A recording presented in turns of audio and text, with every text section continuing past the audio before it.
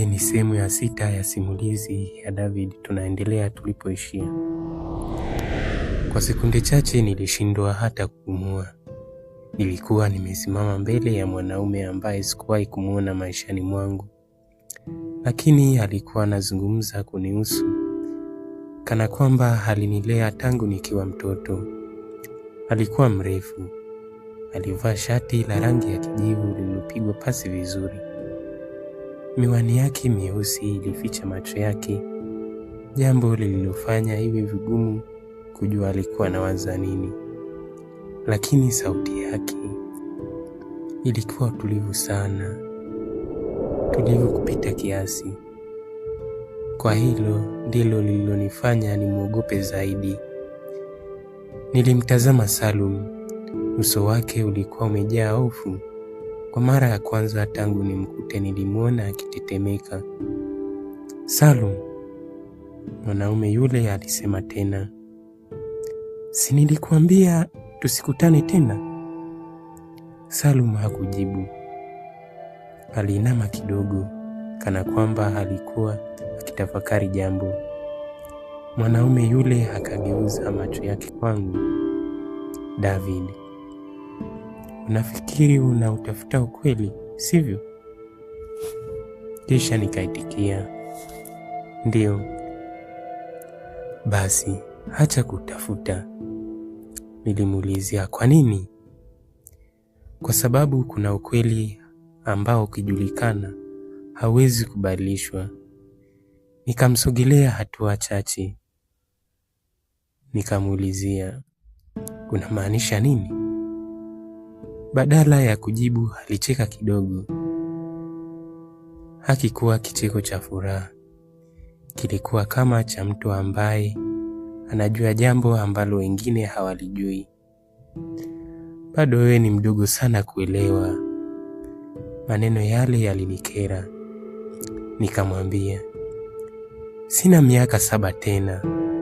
Nina haki ya kujua kilichowapata wazazi wangu." Alitulia kwa sekunde kadhaa, kisha akasema kwa sauti ya chini, "Na kama nikikwambia kwamba wazazi wako walikufa kwa sababu ya uamuzi wao waliofanya wenyewe, je?" Nilihisi moyo wangu ukidunda kwa nguvu. Nikasema, "Unasema uongo. Labda unasema ukweli." Kabla sijasema chochote, Salum alisimama kati yetu. "Inatosha." Sauti yake ilikuwa kali kuliko nilivyowahi kuisikia. "Mwache kijana." Mwanaume yule akatikisa kichwa. "Danieli alikufa kwa sababu ya ukaidi wake. Hutaki mtoto wake afuate njia ile ile, sivyo?" Nilimshika Salum begani. Nikamwambia, "Nataka kujua huyu ni nani." Salum alinigeukia. "Si hapa." "Kwa nini kila mtu anasema si hapa?"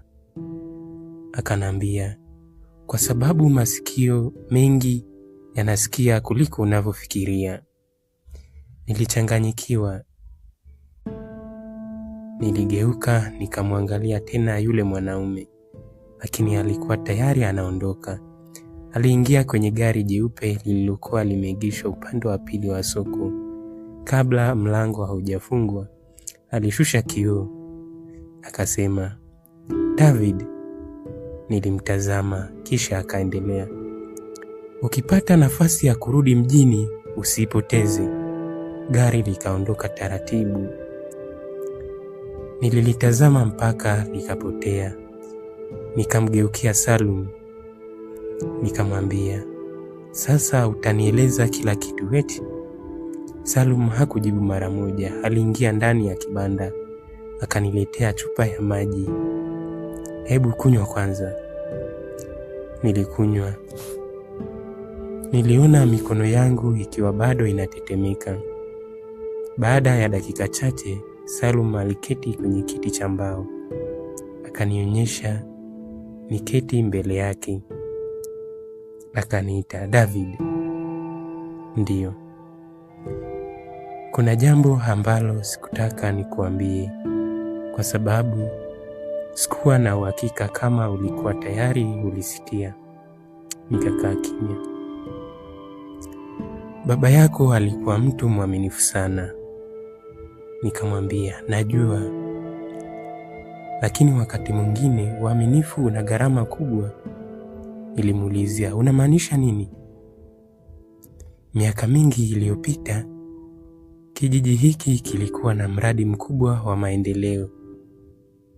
Nilimsikiliza kwa makini. Akaendelea. Fedha nyingi zililetwa. Halafu? Lakini fedha nyingi zilipotea. Nikakunja uso. Niliuliza, fedha? Ndiyo, fedha. Baba yangu alikuwa anahusika? Hapana. Basi, alikuwa mmoja wa watu waliogundua ukweli. Nilihisi mwili wangu ukisisimka. Kwa hiyo? Akanambia, Danieli alipata nyaraka ambazo zilionyesha watu waliokuwa wanaiba fedha za kijiji. Nilibaki nimemkodolea macho. Na watu hao walikuwa na nguvu.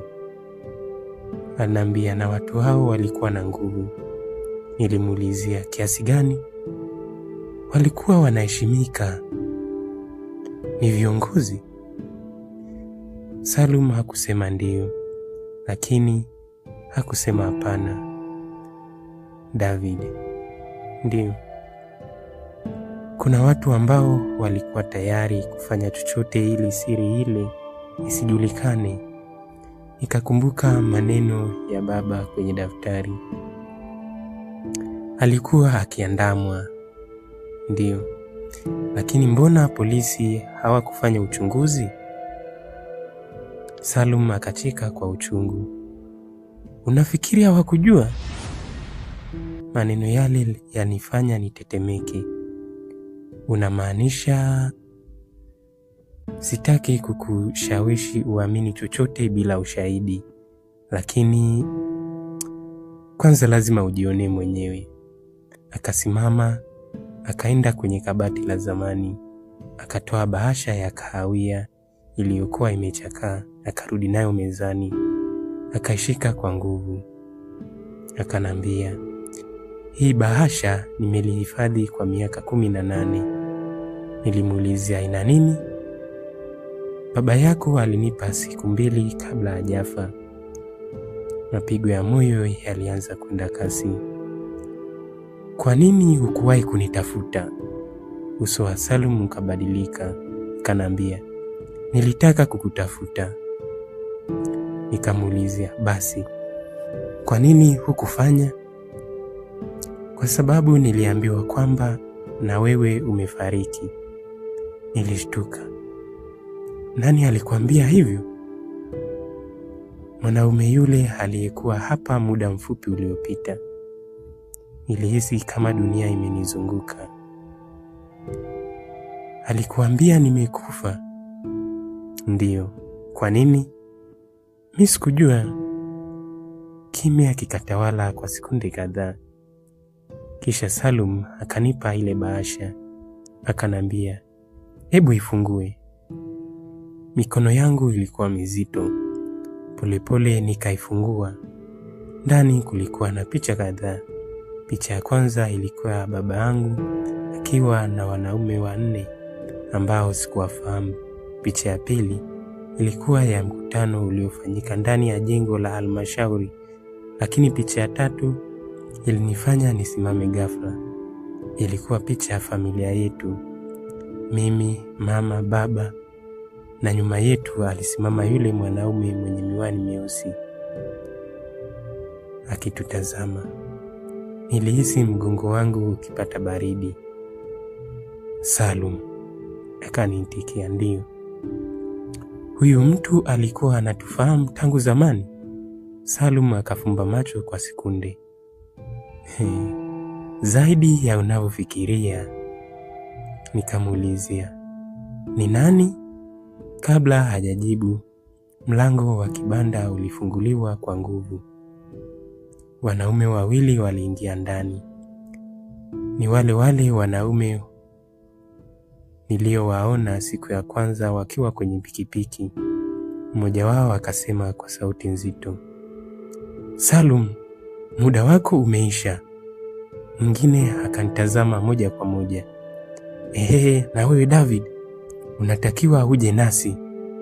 Nikageuka kumtazama Salum.